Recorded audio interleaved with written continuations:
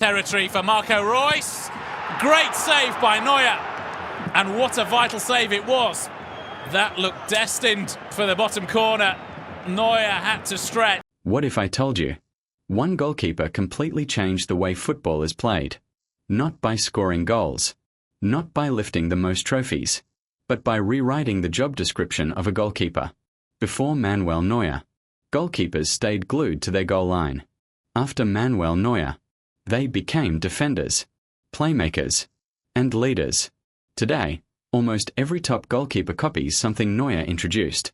But becoming the world's most respected goalkeeper wasn't easy. In fact, his own fans once didn't even want him at their club.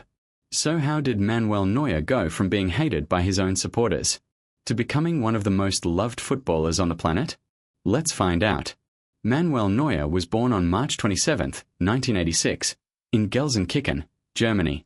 Like millions of children, he dreamed of playing football every single day. At the age of just 5, he joined Schalke's youth academy. Unlike most kids, Neuer wasn't obsessed with scoring goals. He loved stopping them. Even as a child, he showed incredible confidence. He wasn't afraid to dive at attackers' feet. He wasn't afraid of making mistakes. And he wasn't afraid to leave his goal. Those qualities would eventually change football forever.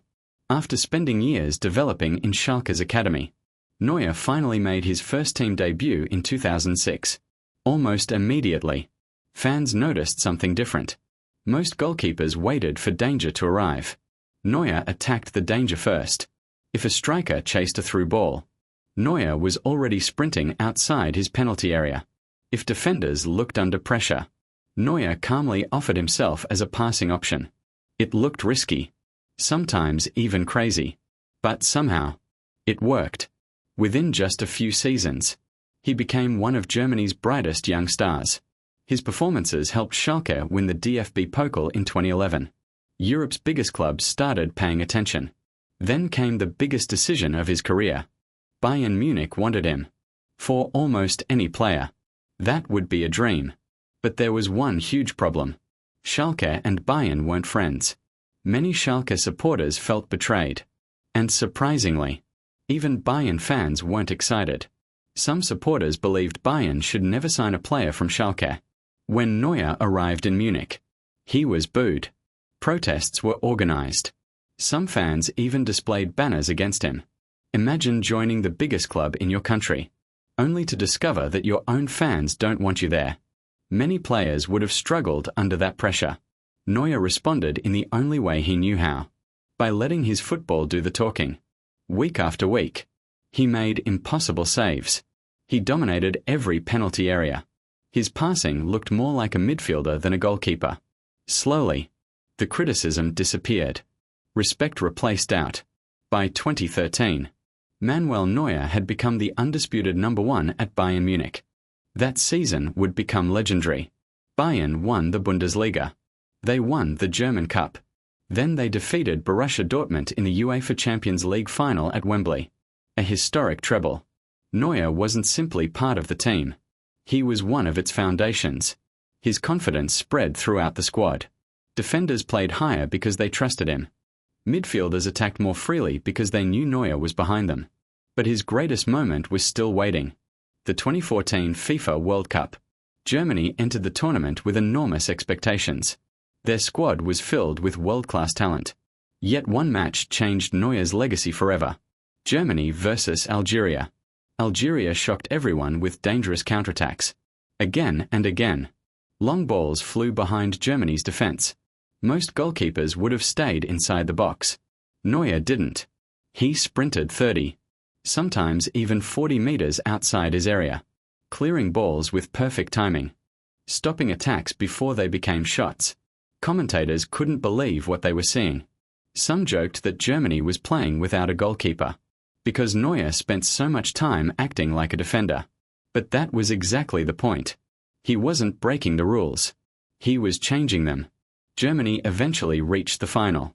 There, they defeated Argentina thanks to Mario Götze's extra-time goal.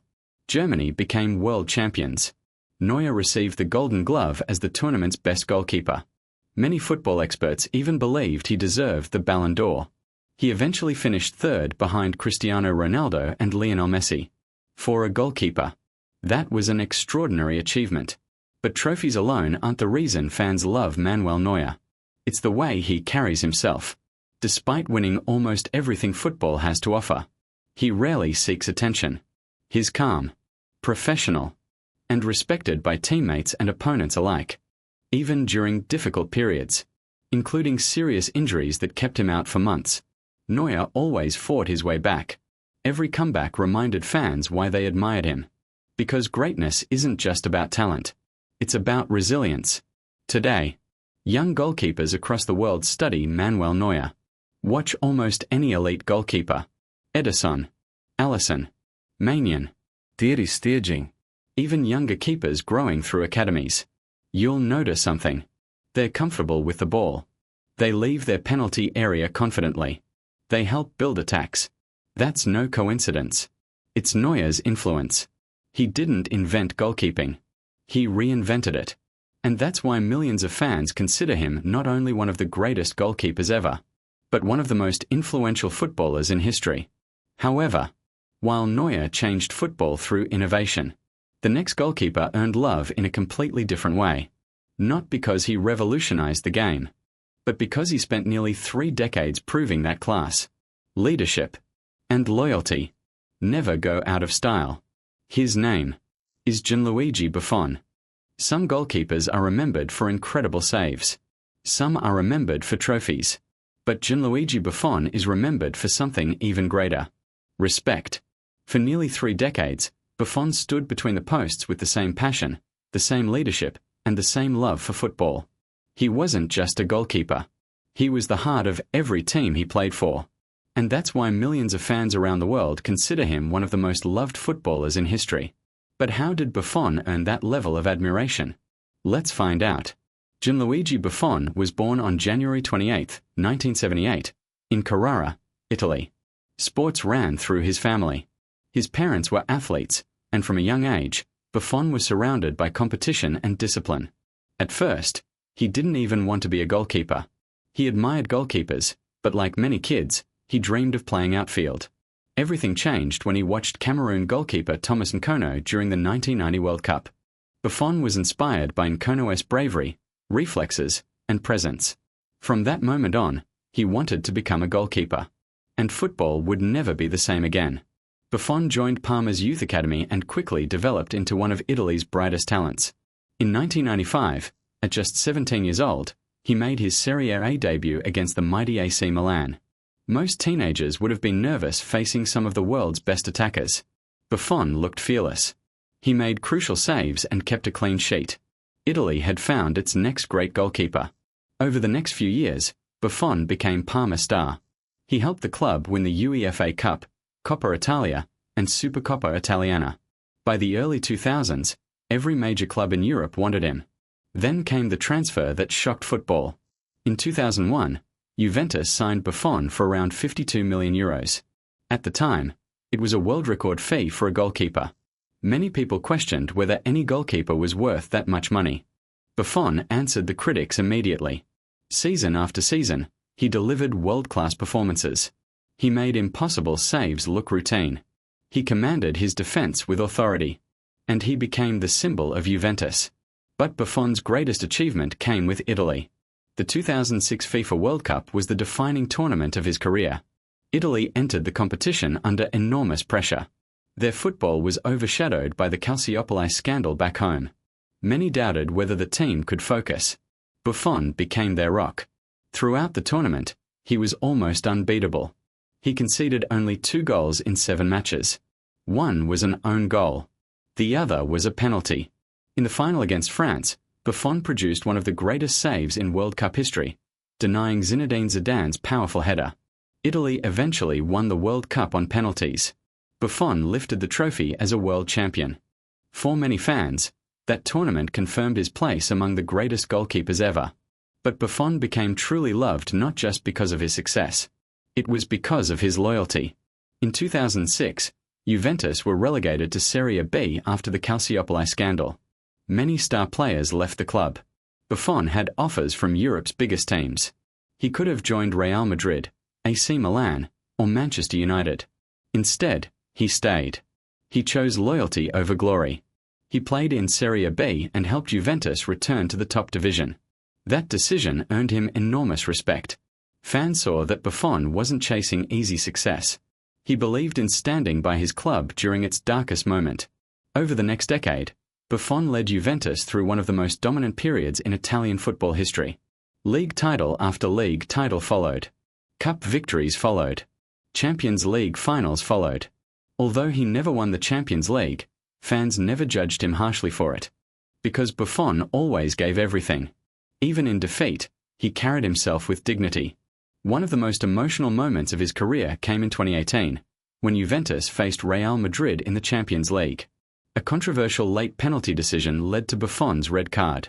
He was furious, but even then, fans understood his passion. He cared deeply about football, fairness, and competition. After leaving Juventus briefly for Paris Saint-Germain, Buffon returned to Turin. Even in the final years of his career, he remained respected by teammates, opponents, and fans around the world. When he finally retired in 2023, football didn't just lose a goalkeeper. It lost a leader, a gentleman, a symbol of dedication. Today, Buffon's legacy goes far beyond statistics. Yes, he won countless trophies. Yes, he made legendary saves.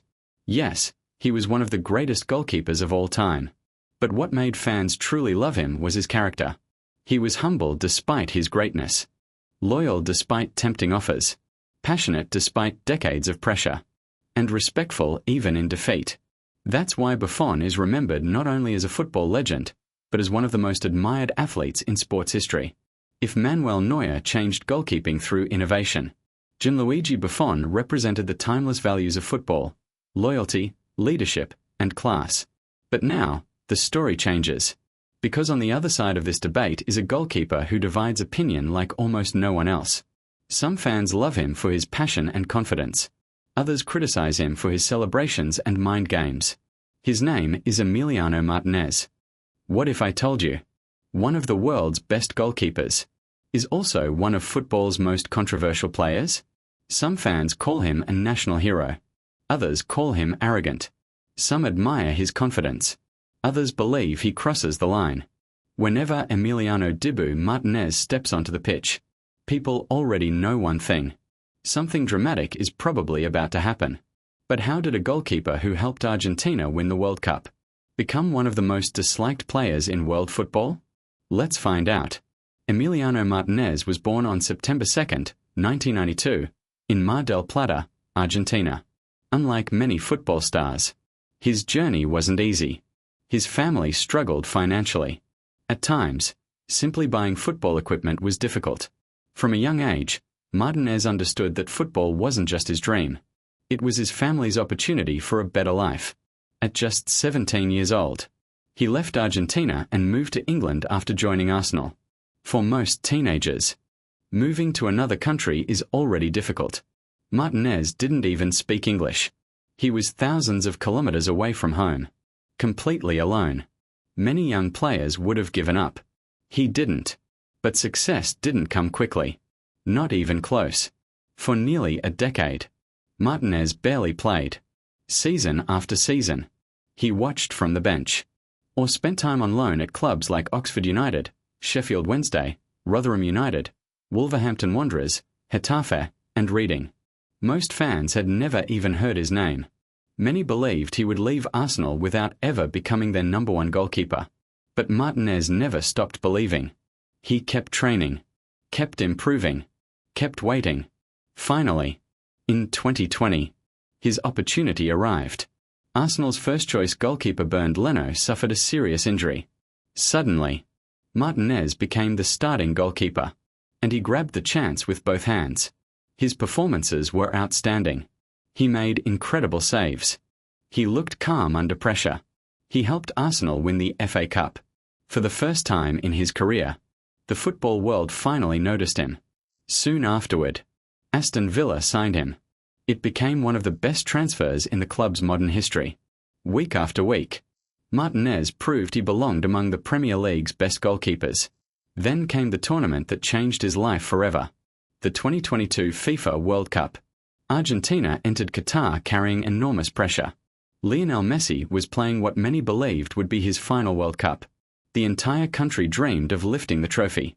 Martínez became one of Argentina's biggest heroes. Throughout the tournament, he delivered crucial saves. But two moments made him unforgettable. The first came in the quarter-final against the Netherlands. The match went to penalties. Martínez immediately began talking to Dutch players, smiling, pointing, trying to distract them. Some called it mind games. Others called it disrespect. Whatever people thought, it worked. He saved 2 penalties. Argentina advanced. Then came the World Cup final against France, the greatest final many fans have ever seen. With only seconds remaining in extra time, France launched one final attack. Kylian Mbappé slipped a perfect pass to Randal Colomwani. Suddenly, the French striker found himself one-on-one with Martínez. The entire stadium held its breath. If France scored, Argentina would almost certainly lose. Martínez reacted instantly. He spread his body, extended his left leg, and produced one of the greatest saves in World Cup history. Millions of Argentinians celebrated. The match went to penalties. Once again, Martínez became the hero.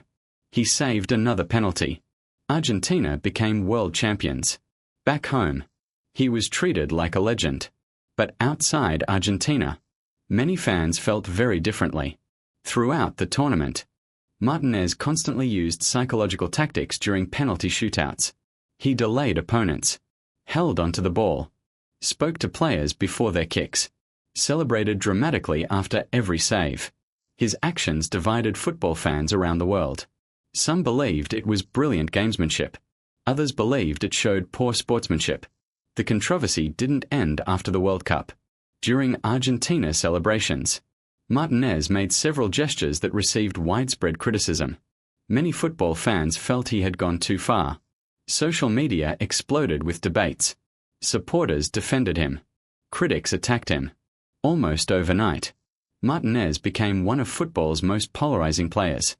Even in club football, his personality continued creating headlines.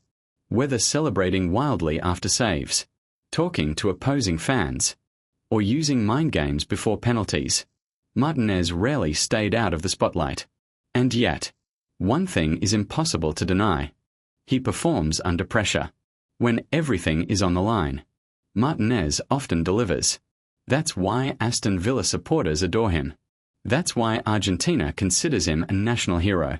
But outside those fan bases, many supporters see him very differently. To them, his confidence looks like arrogance. His celebrations look disrespectful.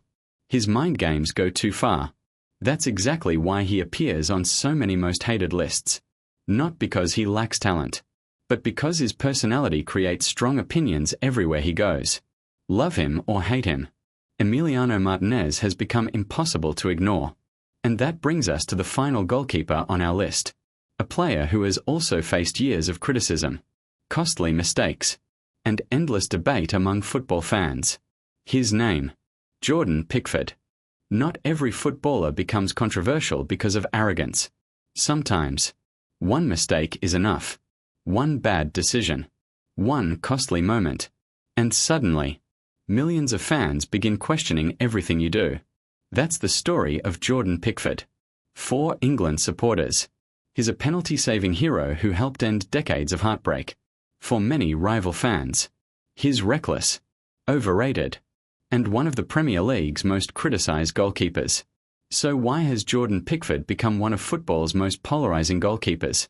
Let's find out. Jordan Pickford was born on March 7, 1994, in Sunderland, England. Unlike many professional footballers, he stayed loyal to his hometown club. He joined Sunderland's academy as a child and worked his way through the youth system. Like many young goalkeepers, he spent several years on loan. Darlington, Alfreton Town, Burton Albion, Carlisle United, Bradford City, Preston North End. Each loan helped him gain valuable experience. He wasn't becoming famous overnight. He was learning the hard way. By 2016, Pickford finally became Sunderland's first-choice goalkeeper. Unfortunately, the club was struggling badly. Week after week, he faced wave after wave of attacks. Although Sunderland were eventually relegated, one player consistently impressed: Jordan Pickford. His reflexes, shot stopping, and distribution attracted attention from bigger clubs. In 2017, Everton signed him for around £30 million. At the time, it was one of the highest transfer fees ever paid for a British goalkeeper. The expectations were enormous. Soon after, he became England's #1 goalkeeper. Then came the 2018 FIFA World Cup. England hadn't reached a World Cup semi-final since 1990. Pressure was everywhere, but Pickford stayed calm. His biggest moment came against Colombia in the round of 16. For the first time in World Cup history, England won a penalty shootout. Pickford made the crucial save. Millions of England fans celebrated. Overnight, he became a national hero. England eventually reached the semi-finals, their best World Cup performance in nearly 3 decades. 3 years later, Pickford delivered another outstanding international tournament. UEFA 2020 Euro. Throughout the competition, he made several crucial saves. In the final against Italy, he even saved 2 penalties during the shootout. Although England lost the trophy, many fans agreed on one thing: Pickford wasn't the reason they lost. Once again, he had performed brilliantly for his country.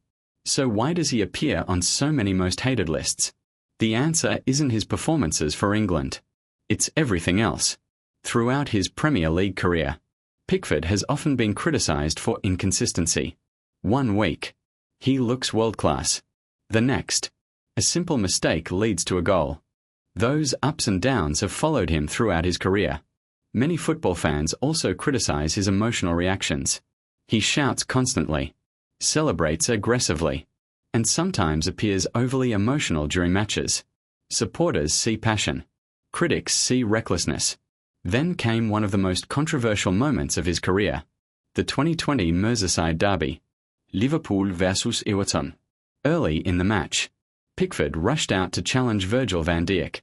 His tackle injured Liverpool's captain. Van Dijk suffered a serious knee injury that kept him out for months. Although Pickford wasn't sent off because of the offside rule, the incident caused enormous controversy. Liverpool fans never forgot it. Even today, many still criticize him for that challenge. Social media only made things worse. Every mistake became a viral clip. Every misplaced pass. Every goal conceded. Every strange decision. Millions of fans shared and mocked his errors. For goalkeepers, mistakes are impossible to hide. A striker misses a chance. People move on. A goalkeeper makes one mistake. Everyone remembers. Despite all the criticism, Pickford has never backed down. He continues fighting for both Everton and England. He continues making spectacular saves. And he continues proving doubters wrong during major tournaments. That determination deserves recognition. Even many critics admit one thing: when England plays in a major international tournament, Jordan Pickford usually performs. That's why opinions about him remain so divided. Some fans believe he's England's best goalkeeper in years. Others believe England should move on. It's a debate that probably won't end anytime soon. Conclusion: football has always been a game of opinions. One fan's hero can be another fan's villain. That's exactly why lists like this create so much debate. Manuel Neuer changed goalkeeping forever. His fearless style inspired an entire generation. Gianluigi Buffon earned worldwide respect through loyalty, leadership, and nearly 3 decades of excellence. On the other side, Emiliano Martínez became one of football's biggest talking points. His confidence, mind games, and celebrations made him a hero to some, and a villain to others. Meanwhile, Jordan Pickford continues dividing opinion every single season, capable of world-class performances, but also unforgettable mistakes. At the end of the day, being loved or hated often comes with greatness. The biggest names in football usually attract the strongest opinions, and goalkeepers know that better than anyone. One incredible save can make you a hero. One costly mistake can make you the villain. That's the pressure of standing between the posts. Now it's your turn. Who do you think is the most loved goalkeeper in football history? And who do you think is the most hated? Let us know your opinion in the comments below. If you enjoyed this video, don't forget to like, subscribe, and turn on notifications for more most loved vs most hated comparisons. Thanks for watching, and we'll see you in the next one.